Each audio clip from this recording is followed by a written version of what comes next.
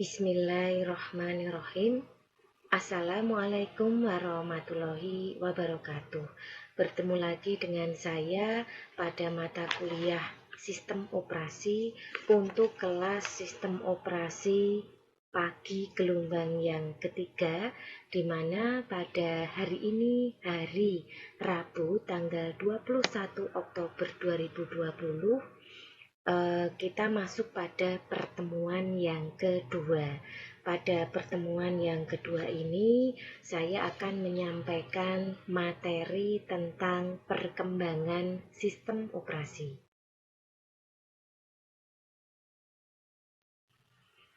Baiklah, saya akan langsung saja pada materi kita pagi hari ini. Jadi untuk perkembangan sistem operasi itu dimulai pada generasi yang pertama, yaitu lahir sekitar tahun 1945 sampai dengan 1955, di mana generasi pertama merupakan awal perkembangan dari sistem komputasi. Untuk sistem komputasi yang dimaksudkan di sini adalah sistem komputasi elektronik ya. Karena kalau kita pahami pengertian dari sistem komputasi ini adalah sebuah sistem yang lebih banyak mengarah kepada sebuah perhitungan. Nah, di sini sistem komputasi yang dihasilkan itu sifatnya elektronik sebagai pengganti sistem komputasi mekanik. Ya, hal itu disebabkan kecepatan manusia untuk menghitung itu sangat terbatas dan manusia sangat mudah untuk membuat kecerobohan atau yang dikenal dengan istilah faktor human error.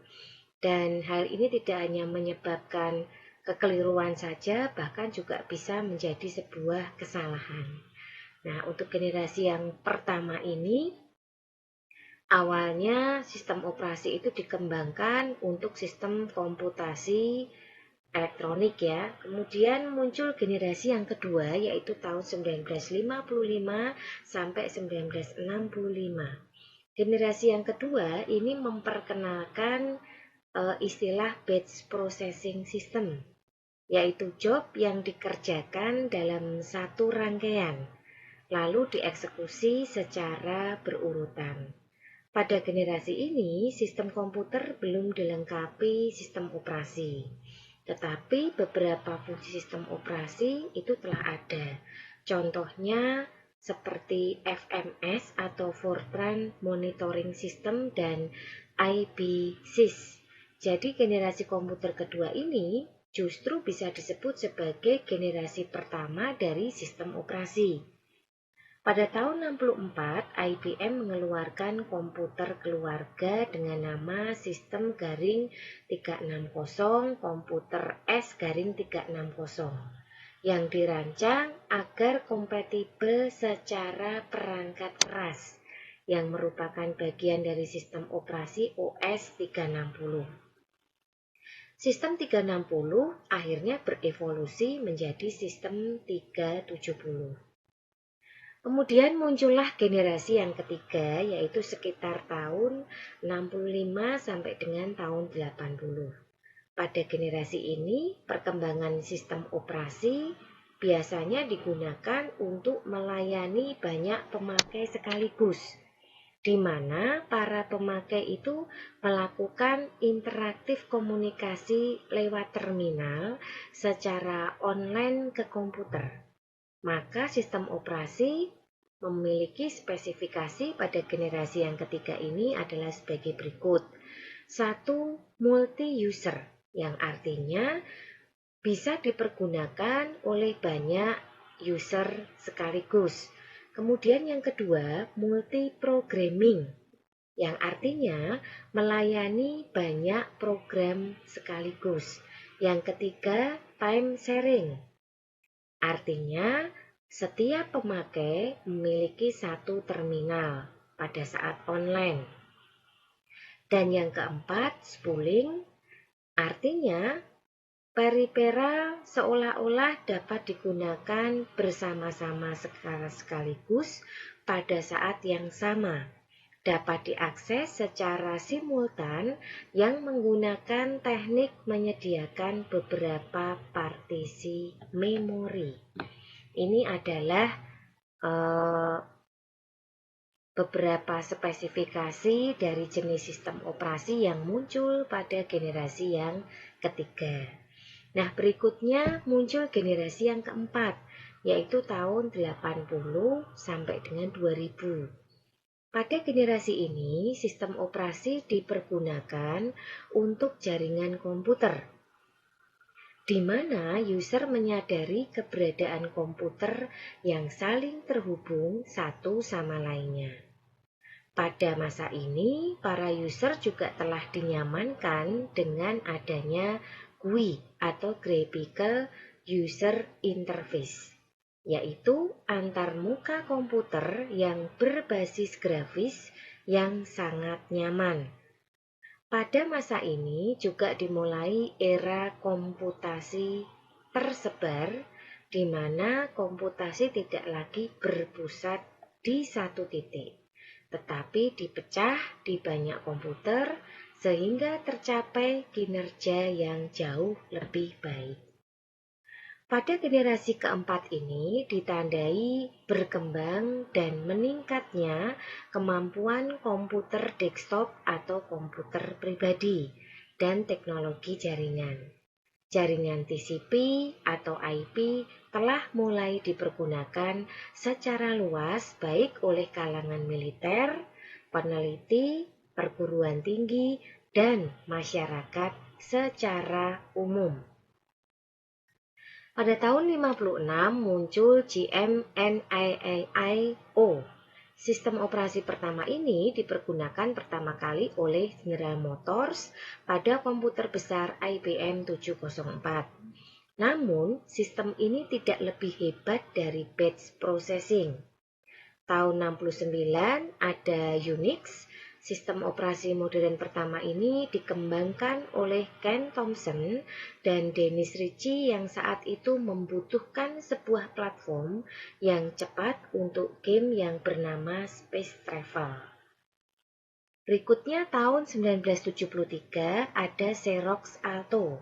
Sistem operasi pertama dengan graphical interface yang hanya dipergunakan untuk bidang penelitian saja sampai dengan tahun 1981.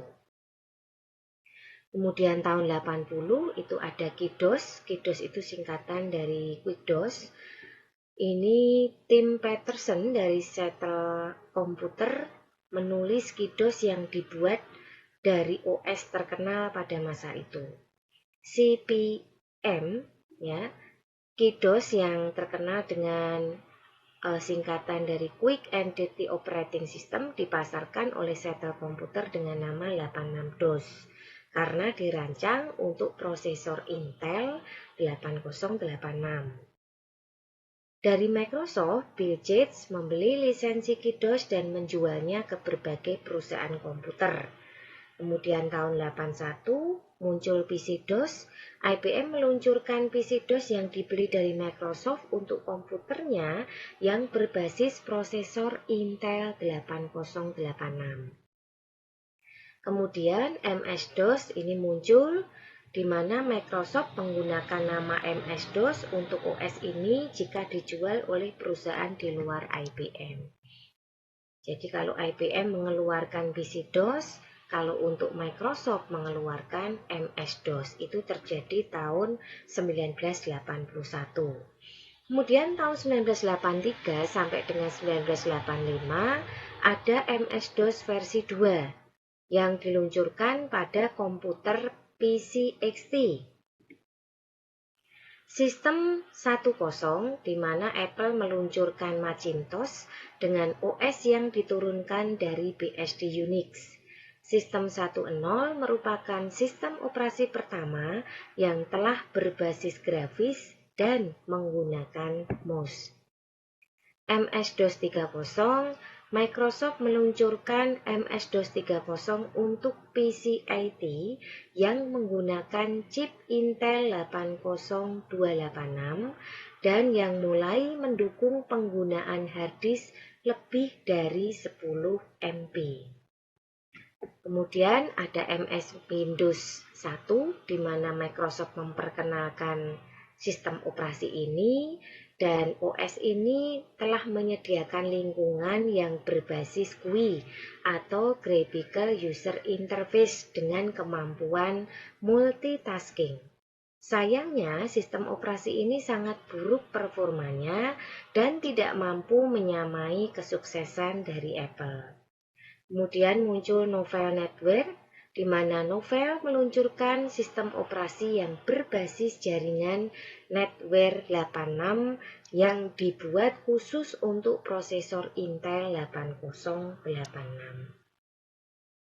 Tahun 88 sampai dengan 90 muncul MS-DOS 40. Microsoft mengeluarkan MS-DOS 40 dengan sikon grafis 3W. Proposal 3W oleh Tim Berners-Lee. Pada tahun ini juga terjadi perpisahan di mana dua perusahaan raksasa itu berpisah. IBM berjalan dengan OS2 dan Microsoft berkonsentrasi pada Windows. Kemudian muncul Windows 3. Microsoft meluncurkan Windows versi 3 yang mendapat sambutan cukup baik. Kemudian muncul MS Office, di mana Microsoft membandel Word, Excel, dan PowerPoint untuk menyingkirkan saingannya seperti Lotus 123, WS atau dikenal pada saat itu dengan istilah WordStar, Word Perfect, dan Quattro. Kemudian tahun 91 sampai 95 ini muncul yang tahun 91 itu Linux 0.01. Ada mahasiswa Helsinki bernama Linus Torvalds mengembangkan OS berbasis Unix dari sistem operasi Minix yang diberi nama Linux. MS-DOS versi 5 diluncurkan dengan penambahan fasilitas full screen editor, undelete, unformat, dan key basic. Tahun 92 muncul Windows 31. Microsoft meluncurkan Windows 31 dan kemudian Windows for Workgroups 3.11 di tahun berikutnya. Tahun 93 muncul Windows NT. Microsoft meluncurkan Windows NT, di mana OS pertama yang berbasis grafis tanpa DOS di dalamnya yang direncanakan untuk server jaringan. Ada web browser di mana NCSA memperkenalkan rilis pertama Mosaic, browser web untuk internet.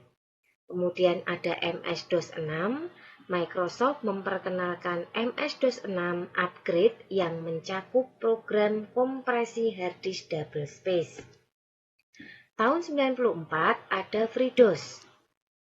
Seorang mahasiswa yang bernama Jim Hall dari Universitas Wisconsin River Falls Development mengembangkan FreeDOS.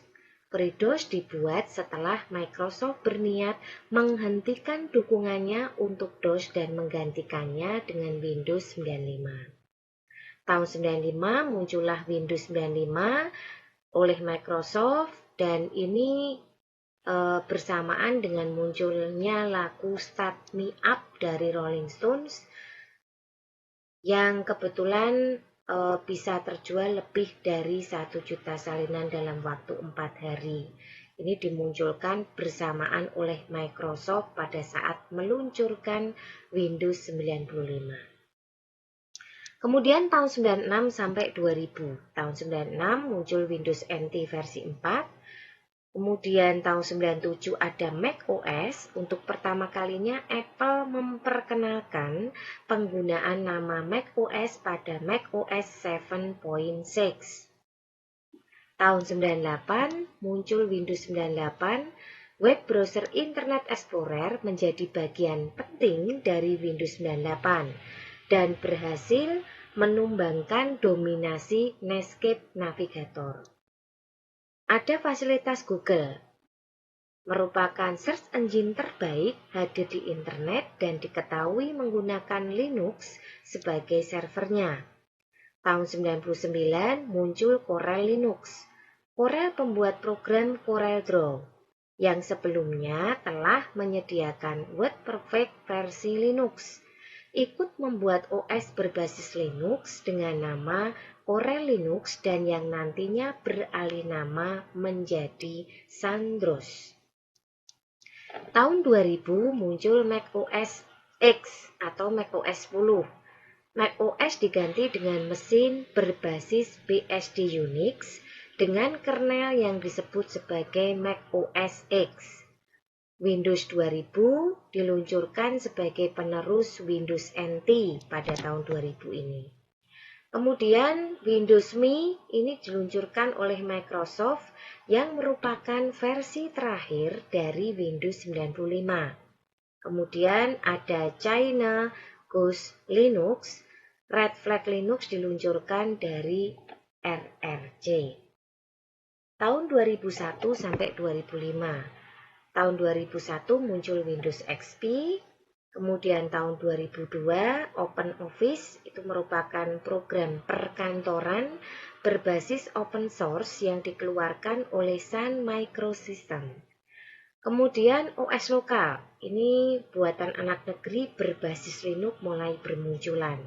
Di antaranya ada Trustic Merdeka, WinPy, Rimba Linux, dan Komura.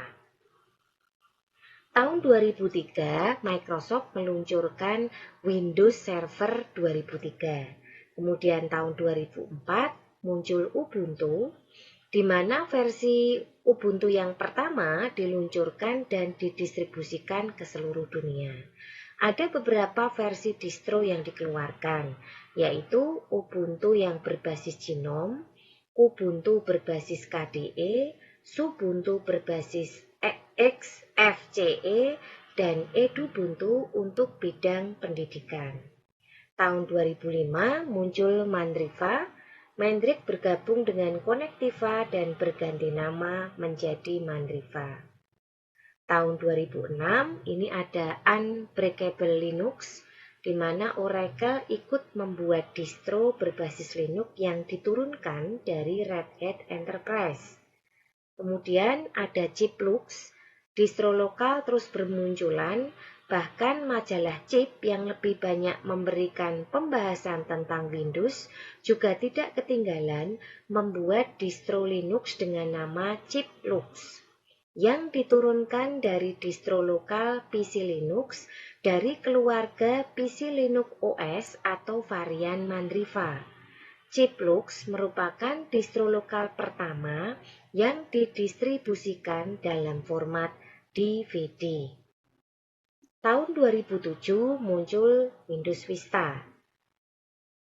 Setelah tertunda untuk beberapa lama, Microsoft akhirnya meluncurkan Windows Vista. Windows Vista memperkenalkan fitur 3D desktop dengan Aero Glass, slide bar, dan Flip 3D. Sayangnya, semua keindahan ini harus dibayar mahal dengan kebutuhan spesifikasi komputer yang tentunya sangat tinggi.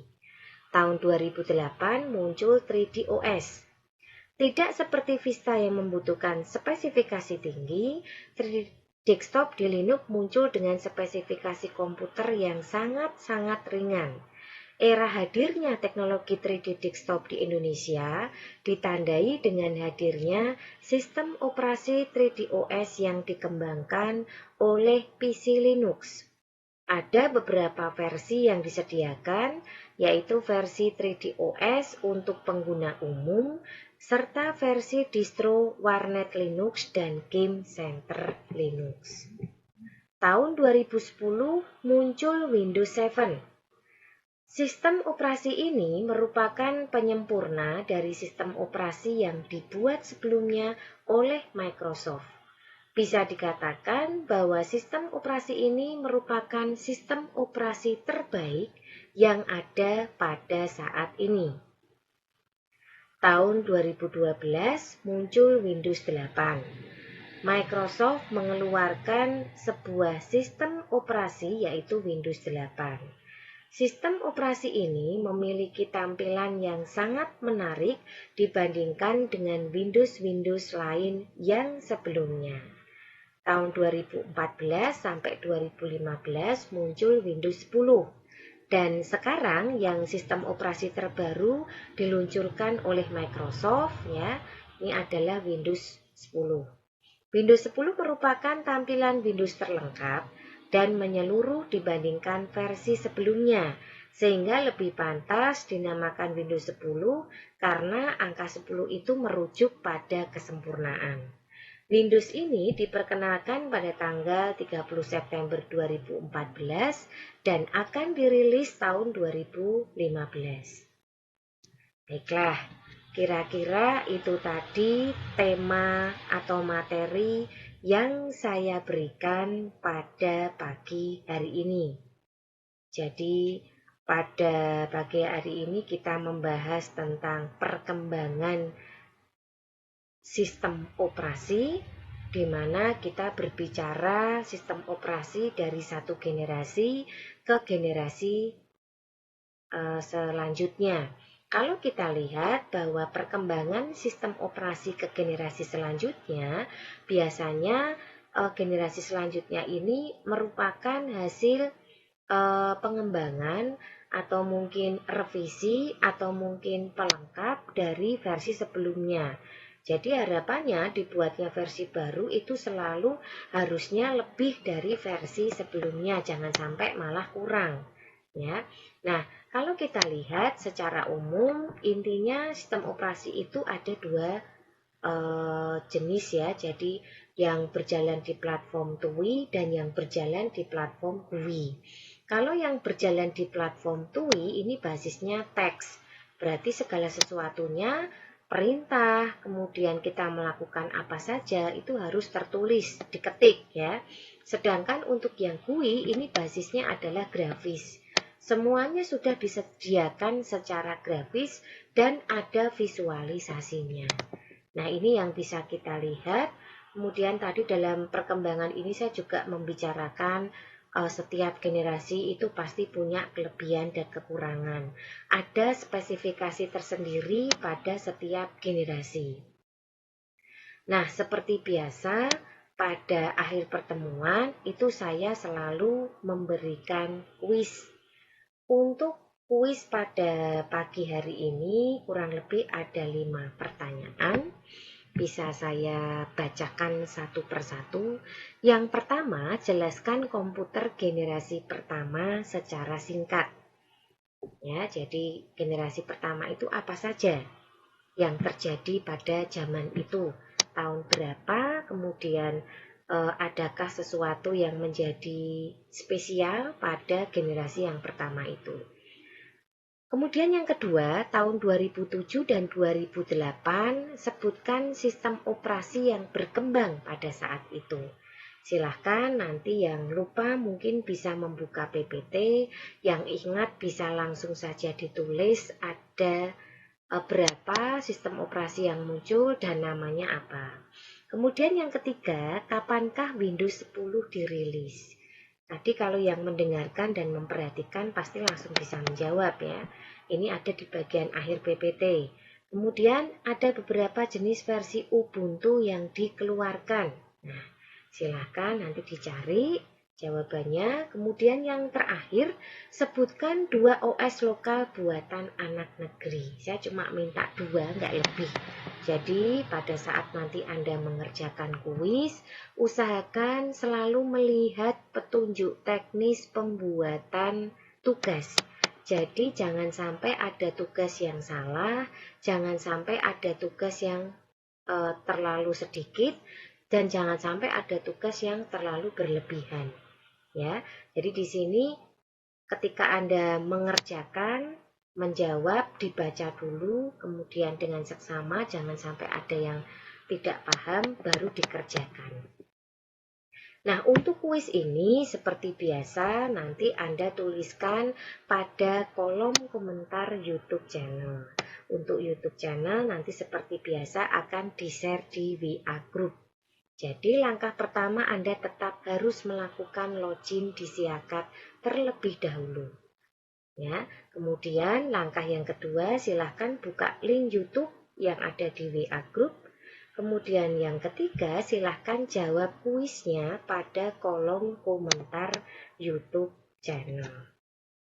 Nah, itu petunjuk yang bisa saya berikan pada pagi hari ini. Jadi sekali lagi terima kasih untuk kelas sistem operasi pagi gelombang 3 yang jatuh setiap hari Rabu ya. Kita untuk pertemuannya ini baru masuk pertemuan yang kedua. Nah, usahakan kalau ada kuis itu dijawab, jangan sampai Anda ketinggalan untuk menjawab kuis. Baiklah, kira-kira itu dulu yang bisa saya sampaikan untuk pertemuan pada pagi hari ini. Sekali lagi terima kasih atas kehadiran dan partisipasinya. Saya mohon maaf jika dalam penyampaian materi ada hal yang kurang berkenan.